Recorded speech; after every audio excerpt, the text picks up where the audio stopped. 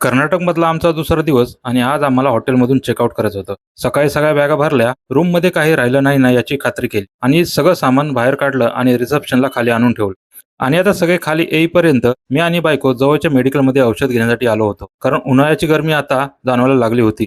थोड्याच वेळात सगळे खाली आले आणि सर्वांच्या बॅगा गाडीच्या डिकीत ठेवायला लागल्या. मी आणि काका समोरच्या सीटवर बसलो होतो आणि आमचा पुढचा प्रवास सुरू झाला. आम्ही कर्नाटकमध्ये नवीन होतो म्हणून ड्रायव्हरलाच सांगितलं, भाऊ जे काही भारी बघण्यासारखं आहे तेच तू आम्हाला दाखव. सगळ्यात आधी त्याने आम्हाला नेले कर्नाटकमधल्या फेमस करदंत या दुकानामध्ये. तेथे काका आणि मावशीने करदंताचा आस्वाद घेतला आणि मग आम्ही पोहोचलो एका प्रसिद्ध देवीच्या मंदिरामध्ये. गाडी झाडाखाली पार्क केली, गाडीतून सर्वजण उतरले आणि आम्ही सर्वांनी मिळून मंदिरामध्ये प्रवेश केला. मंदिराचं कोरीव काम एकदम जबरदस्त. पूर्ण मंदिर पाहिलं की जणू गोल्डन टेम्पलच वाटत होतं. आत गेल्यावर मंदिरात इतकं स्वच्छ आणि सुंदर होतं की मन शांत झालं होतं. गर्दीही कमी असल्यामुळे देवीचं दर्शन अगदी निवांत आणि मनापासून झालं. मंदिराच्या आजूबाजूच्या परिसरात शांत, सुंदर आणि पॉझिटिव्ह एनर्जी भरलेली होती.